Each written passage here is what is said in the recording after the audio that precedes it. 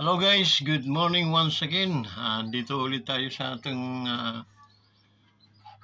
kuan dito sa ating planeta, no? Wondrous planet. So bihira tayo makapag vlog ngayon guys kasi unang-una, syempre nagkaroon tayo ng hindi magandang karamdaman, okay? Sakit. Tinatablan din pala tayo kahit tayo mga immortal. So, shout out sa ating mga OFWs scattered around the world, no? Alalahanin nyo kayo palagi ang bida-bida dito sa ating Wonders Motovlog TV, no? Ito yung isa sa mga bigating mga channel sa YouTube. Kaya naman doon sa ating mga mga kaibigan, mga kamag-anak, okay? Kaibigan, kamag-anak natin sa scattered din around the world. Guys, medyo boses natin ay boses ng masa. Mapungay pa ang ating mga mata dahil nga ay pero wala naman, may sipon guys na medyo parang spotted na malagkit. Then sisinga ko, dami ko na nasinga, mga suwangkap na siguro. Okay. So yun, no, medyo nababas-bawasan yung angas at kagwapuhan natin. Joke lang yon kasi ito Martes naman siguro ngayon, no? Martes nga. ng November na guys, malapit ng December, no? Pasko na naman. So sana before magpasko monetize tayo para kahit papaano meron tayong pamasko nga. So yun guys, no, makatulong-tulong tayo dun sa mga nangangailangan. So congratulations nga pala sa bagong president ng United States at America, no? America, si Honorable yung ating Ronald si Trump, no? So congrats sir, boss. Wish you peace, love, and then prosperity and in this world through you, God. Through you, okay, through you, President. So long live America, okay. So stay safe always. So from Wonders Motovlog TV here in the Philippines. All right. At least nabati natin yung isa sa pinaka hinahangaang pangulo ng ating mundo, no? Kasi sa Russia wala tang diyan, no? Wala ta silang mga election sa ibang Russia, and then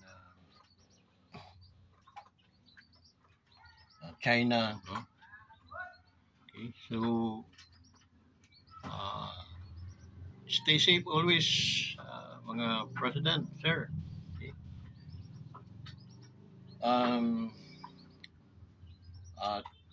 Sana magkaroon na ng magandang relationship ulit yung Philippines at saka China, no? Kasi hindi naman to sila nag-aaway. Ngayon lang naman to nag-aaway ng panahonan ni Nyag ba? During Duterte, meron yun sila mga agremental positions, no? So yun, we pray the peace in this world, no? Sa magitan ng mga great leader na yan ay mariresolba yung kapayapaan ng ating mundo, no? At maging magtulong-tulong ang bawat isa upang umunlad ang bawat bansa. na wala tayong sinisirang mga kalikasan. Okay? Yun nawa ang pag-isipan natin. So guys, thank you so much also sa support ng ating mga military, men and women, militar, no? Guys, shout out sa inyong lahat. Okay? Talagang alam kong pag nakikita nyo ang Wonders Motovlog TV sa inyong mga wall, alam kong mayroon kayong ginagawa. Either kayo ay nagla-likes, either kayo ay nagsasubscribe. Okay? So, in men and women in uniform, no, shout out sa inyo lahat. Ingat kayo palagi. And we pray always for you, no, for your safety, no, na araw-araw, oras-oras, araw-araw, linggo-linggo, buwan-buwan, taon-taon ay kayo ay palaging ligtas. Okay? Yung mga pamilya din. Ating mga kapulisan, no, protect and salamat sa pag-protect niyo sa peace and order. Okay? So, shout out. Big shout out sa inyong lahat, guys. Please, to those mga pulis natin na nakakaano sa ating wall, no? So, kindly subscribe to our YouTube channel, Wonders Motovlog TV. Kayo ang bida-bida rin dito. So yun, sa ating mga kaibigan, mga kamag-anak na nasa bansang Pilipinas, no? So, dyan sa Hong Kong, ang ating mga OFWs nga pala dyan, oy, kumusta kayo dyan? Shout out sa inyong lahat. Ito ang yung Wonders Motovlog TV. Sa mga hindi pa nagsasubscribe dyan sa Hong Kong, ang mag-subscribe na kayo. Ang Taiwan, inambalos din sila ng masasamang, mandami Pilipino pa naman dyan. So, alam ko naman na kayang-kayang mapaglampasan ng Taiwan yung mga nangyayaring sigalot o mga bagyo na dumarating sa kanila. Okay?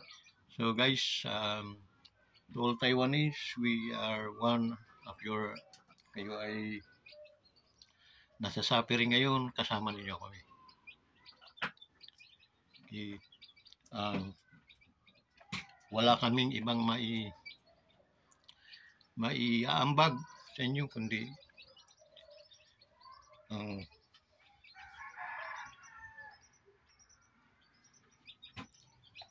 madama din namin yung inyong mga karamdaman, kasakitan na nararanasan ngayon. Okay? So, mga kabataan, mga may edad na rin, mga matatanda. So, kailangan maging matatag ang bawat isa. So, to Taiwanese government, keep it up. God is love your country. Okay? So, ano pa? Sa ibang mga natin, no? Madaling magluha ang mata ko, guys, kasi nga unang-una hindi pa maganda yung ating feelings.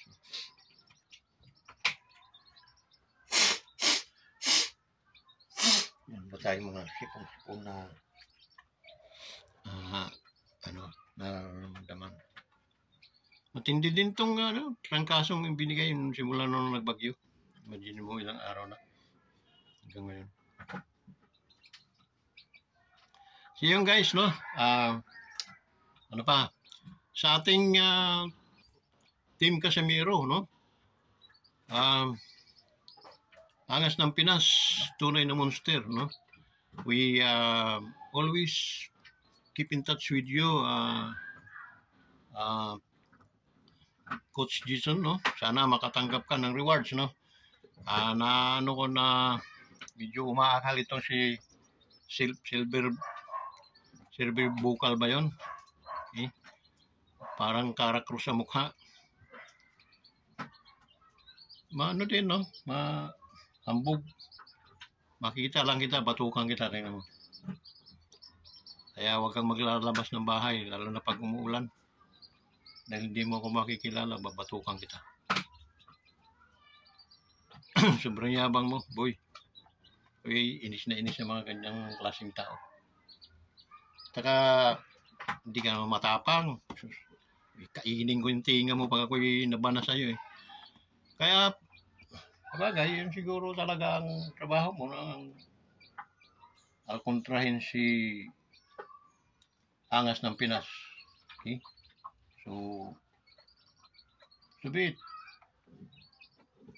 Pero wag sobra kasi pag sobra, maraming magagalit sa'yo. Okay? So, ano pa? Kung ano man ng mga prepare lang.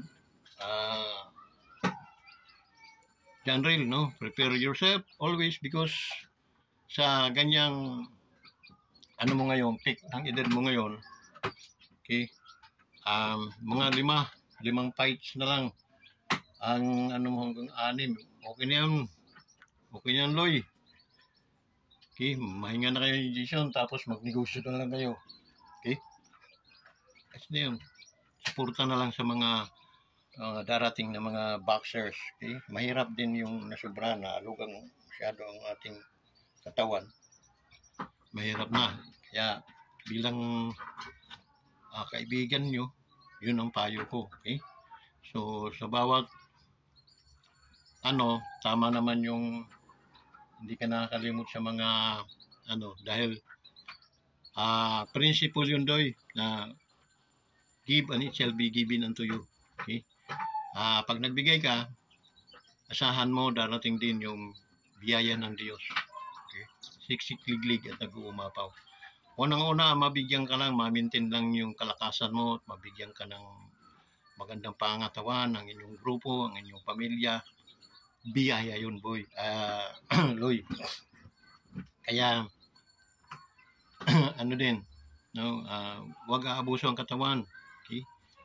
So, practice dahil yun ang trabaho mo eh. Kaya, yun din ang So, maraming salamat sa tulong ninyo. Sana ma-monetize tayo, Loy, hanggang December. Para naman tayo ay para makabili naman ng mga bagong gamit itong iyong kaibigan. Considered me as your friend because kinukonsidera din ko kayo. Ang iyong pamilya, ikaw, si Jason, yung grupo ay kaibigan. So, bilang kaibigan, palagi kaming nasa likuran ninyo. Okay? Palagi ng aming panalangin, lalo na, ito, wala naman kaming ibang maibigay sa iyo, Loy, kundi ang panalangin na kayo ay palaging ligtas, lalo na sa panahon ng laban. Ikaw ay palaging mananaig sa anumang tournament na iyong sasalihan. So, si Jason din, mabigyan din ng magandang iligtas sa mga sakit at karamdaman at para at least manatili siyang mayroong magandang lakas para sa pag-training ng sa'yo, Loy. So, yun. Shout out sa inyong grupo, no? At sa pamilya ninyo. So, guys, ano ba yung ating kumbaga sasalisihan ngayon, no? Alam niyo itong ating itong ating binuksan ko lang ito nung kailan ba? Nung malapit na ang Pangulong 2022. Hindi lang siguro 2023 sa Tacloban kami. 24 pa lang naman yun. Malapit na ang Pangulo umalis matapos ang kanyang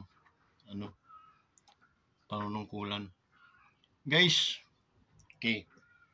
Dito tayo kumuha ng Sa totoo lang, noon,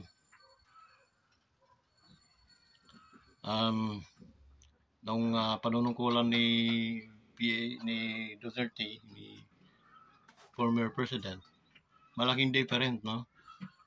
Kahit isa-isahin natin mga presidente hanggang dito kay Marcos, no?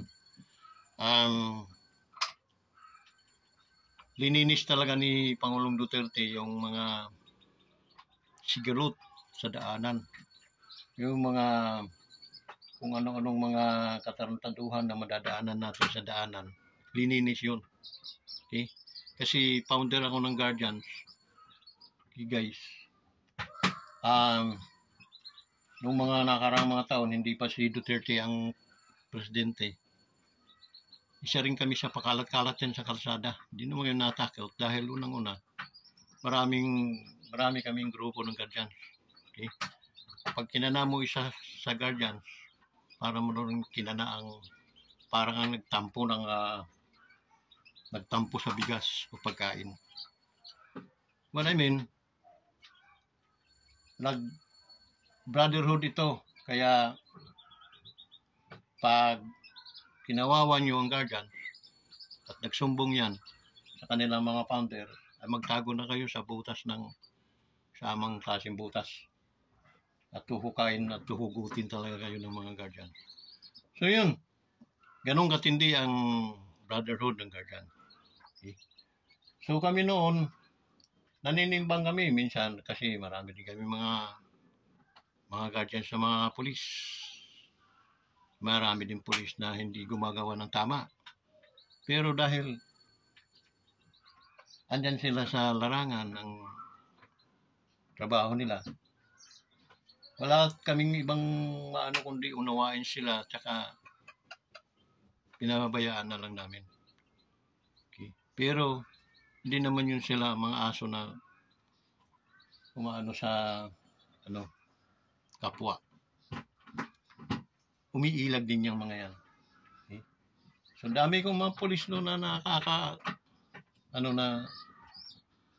tanguan na lang kami. Okay? Anong tanguan? Huwag nyo kaming pansinin. Huwag na lang din nyo kaming pansinin. Parang gano'n na lang. Okay? Tanguan na lang. So yun. Pero paano yung mga civilian? So yun, nang dumating si Pangulong Duterte, binalansin niya yun between police and civilian. Ang tinulig siya talaga niya yung mga kriminal. Kaya mga kriminal,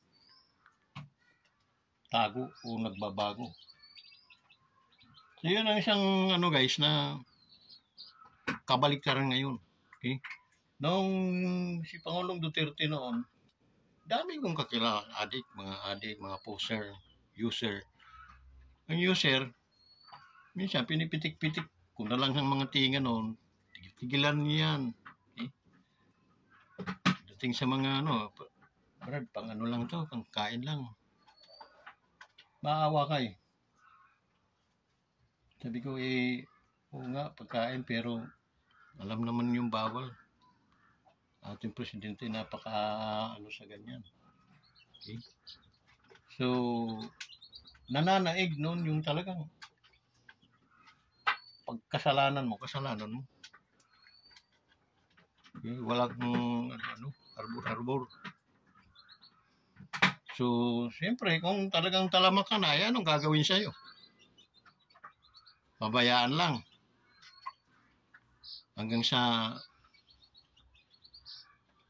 madali ka ng mga halang din ng bituka. Mabuti pa, mga kaibigan na lang ang dumali sa iyo para at least di pa kumbaga nagkakasiguro din tayo na talamak ka na, kailangan ka na talaga mamahinga. Mga ganun. Hindi ka na magbabago, hindi ka magpaparehab. Sa impyerno ka na pumunta. Ano lang kadali. Hanggang sa natapos ng Pangulo yung kanyang 6 years. Alam niyo ang Pangulong Duterte, kahit papaglingkurin mo yun ng mga ilang dekada,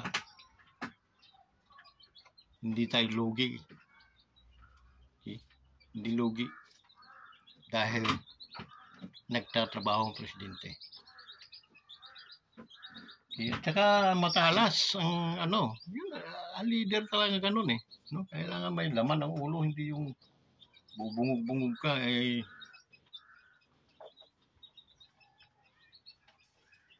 Pinahihiya mo yung mga bumuto sa'yo. Yung pa man nandyan na, no? So, sa madaling salita, dahil terminus lang sila, after 6 years, magpapalit, election ulit. Ito naman, nanalo na ito si Marcos. Kaya nanalo ito si Marcos, dahil nga sa kanyang tatay. Hindi kami naniwala na ang tatay niya ay bungog. Ang pinaniwala namin na ang tatay niya ay talagang matalinong mama. Nako,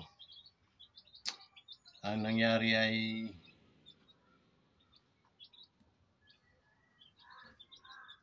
napakalayo dun sa ama. Okay?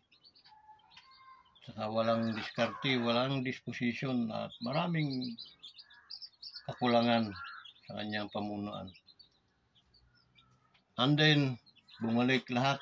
Bumalik ang mga adik, bumalik ang mga droga, bumalik ang mga lalong trumipli ang yung pandurugas sa kaban ng bayan. Okay? Imagine mo napakarami ng kumbaga grupo ng bigayan ang tawag noon, yung ayuda. Okay? Kasi siyempre hindi na pwedeng isang pangalan lang yung ayuda na yun sa mga mahihirap. Pero supposed to be, yan ay nag-change ng kasi halimbawa, isang taon, 2 taon, nakapagpa-aral ka na, graduate na yun, di tatanggalin na dapat yun sa Okay? Kaso lang, pinupolitika nga ng mga natin, kapitanis din, na ang karamihan sa mga beneficiaries ay yung mga hindi naman mahihirap. Okay? So, mga bungog din. Okay? Wala rin kwenta-kwenta. So, kaya sinabayan nila ng tupad, akap. Marami, mga 5 na siguro yung dinagdag doon sa mga ayuda-ayuda para at least hindi yun ay bawal. Okay? Isang paraan yun para at least mandugas yung mga natin. Kaya sila naman mamimigay. Ang akala naman ng mga na yung binibigay, pera nila. Pera din ng taong bayan yun. Ang nangyayari yan, linuloko lang sila na, lalo na itong yan sa Leyte, sa Tacloban. Romualdez, no? Makapal ang mukha talaga eh. Okay?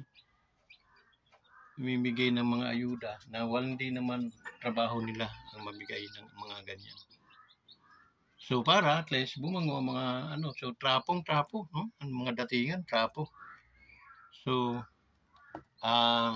yung kayo na ang mga yung lahat ng mga dadalhin nilang mga mga kandidato, wag po ninyong tangkalikin. Tama lang naman yung ginawa niyo na kayo tinatanggap niyo yung salamat kayo at naambunan kayo, no? Hindi kami naambunan sa mga ganon. Pero kami nagbubuhis, kami ay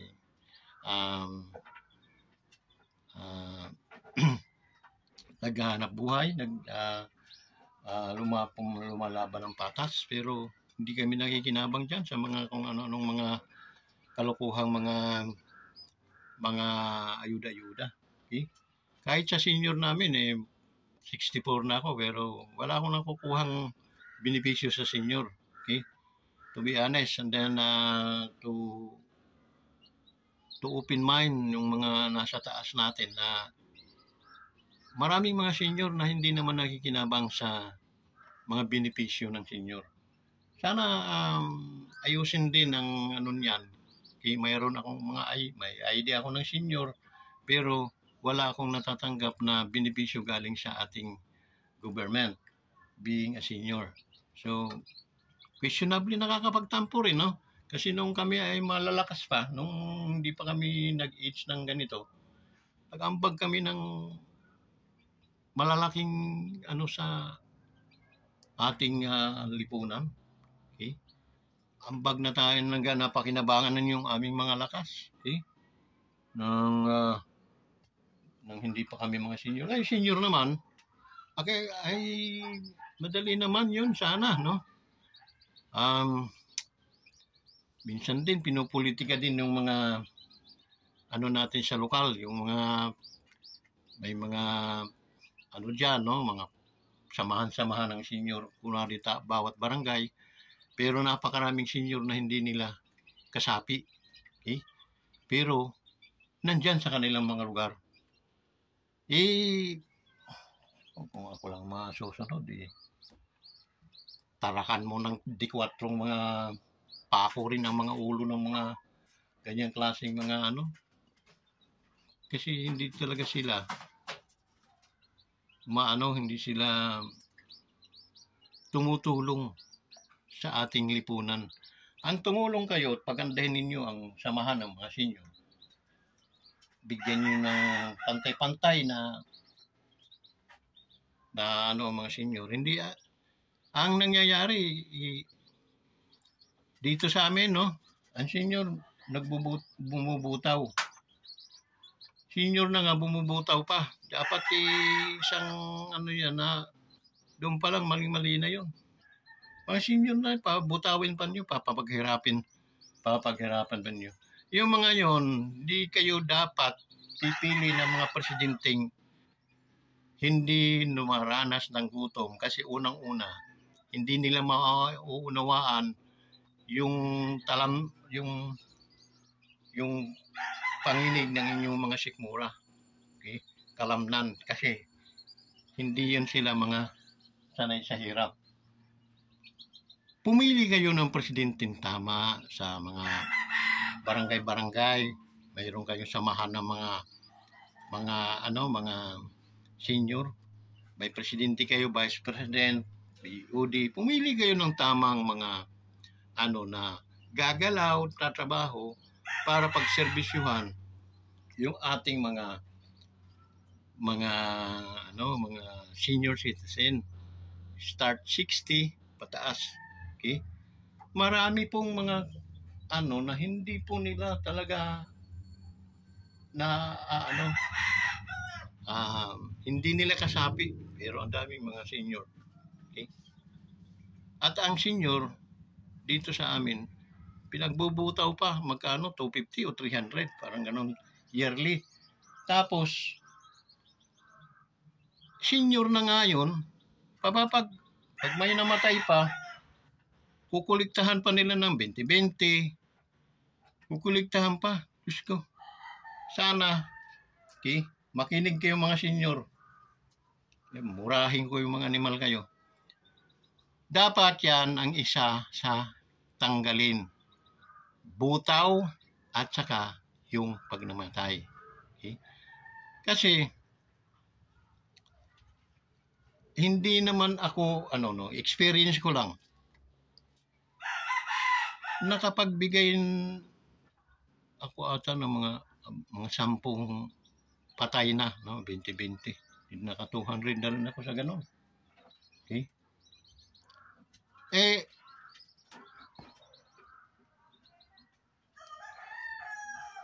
Senior na nga yung grupo natin.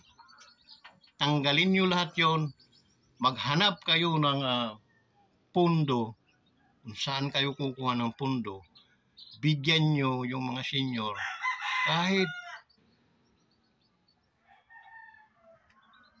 tagli 5 kilong bigas buwan-buwan, kape, asukal, isang food pack, no? Magkano lang yun? Wala pang 500. Sabihin na natin 500, guys. I-times natin sa 1,000. Okay?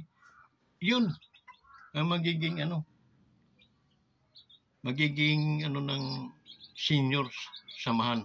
Kaya nga may samahan para at least makapag-serbisyo kayo sa mga membro. Kung hindi nyo kaya, wag na wag kayong mangarap maging presidente, maging vice president dahil hindi po kayo nakapit sa ganyang trabaho. Mahiya-hiya kayo, ang kakapal na ng mga mukha niyo, mga animal kayo. Eh? Ilang dekada na kayong mga presidente ng senior. Pero wala pong improvement ang mga senior natin. Okay? Ganun pa rin. Ganun pa rin sistema. Bubutaw. Pag may namatay, kukuliktahan yung mga senior na buhay. Katapos, pagdating ng mga biyayaan, dadayain pa yung membro. May kumuha na ng iyong package, ng iyong food pack. Anak mo. Anak mo. Di, asawa mo. Can afford, no? So, maliliit na bagay yon na pag ikaw mismo ay sinira mo ang sarili mo, yung taong siniraan mo, hindi ka na igagalang noon. Okay? Never ka na igalang. Yun po ang ugali ng Pilipino. Kaya kung ako sa mga senior, huwag po kayong kumuha ng mga pamunuan na hindi magtatrabaho. Okay? Maawa kayo. Yan nangyayari, no? Dahil kamag-anak, binubuto ninyo. Okay? Pero anong nangyayari? Meron bang improvement? Wala. Mayroon man mga biyaya, papipilahin pa nyo yung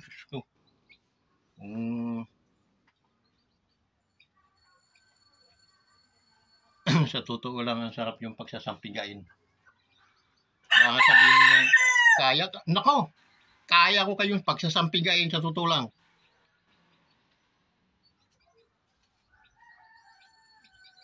Patigasan? Tigasin to.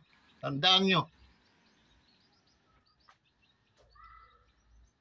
Kaya ko kayong pagbabatokan isa-isa.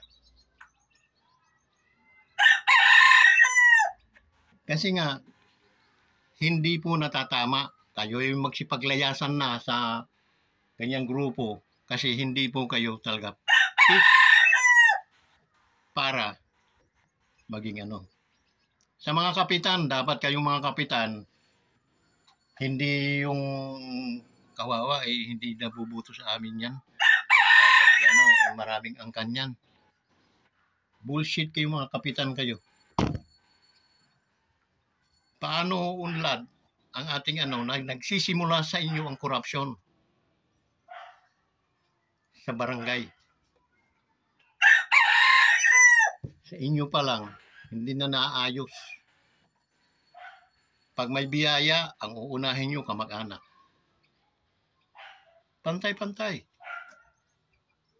Parehas tayo mga Pilipino, kamag-anak.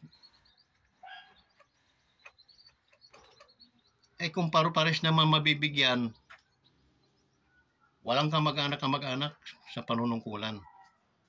Diyan pa lang sana mga kapitan, sa barangay pa lang, umayos-ayos na kayo para at least pagdating sa syudad, sa munisipyo, syudad, nasasala na yung mga taong nadadala natin sa taas. Sa barangay mag-umpisa. So guys, nandito na lang at pasensya na sa mga natin kasi nga, no? Hindi po maganda yung ganyang mga attitude. Yun nga, kayo yung matatanda na walang pinagkatandaan. Okay? So mahiya kayo na mismo. Kahit pagmudmuran man sa inyo yan, no, yung posisyon, alam naman yung hindi nyo kayang ganapin. Wag yung sasamsamin kasi nga alam naman yung sasabit kayo dahil hindi nyo kaya. Okay? So sa may mga kamag-anak na nasa mga liderato naman, bago-bago na kayo, wag lang yung mga dahil kamag-anak ibubuto niyo mga bungog kayo. Mga bungog. Sa totoo lang. Tagal ng sistema niyo, bulok na yan. Kung kaya-aya yung kamag-anak mo, iboto mo. Huwag kang mahiya. Pero dahil kamag-anak mo, wala naman palang alam, kumuha ka ng taong, bumoto ka doon sa taong may alam. At kayang panilbihan yung tungkulin na iaata sa kanya. Hanggang dito na lang. Maraming salamat sa inyong lahat. At sa mga hindi pa nag-subscribe dito sa ating YouTube channel, Bibira-Birada ang dapat birahin dito sa Wanderers Motovlog TV. Maraming salamat at patubayan kayo ng Diyos.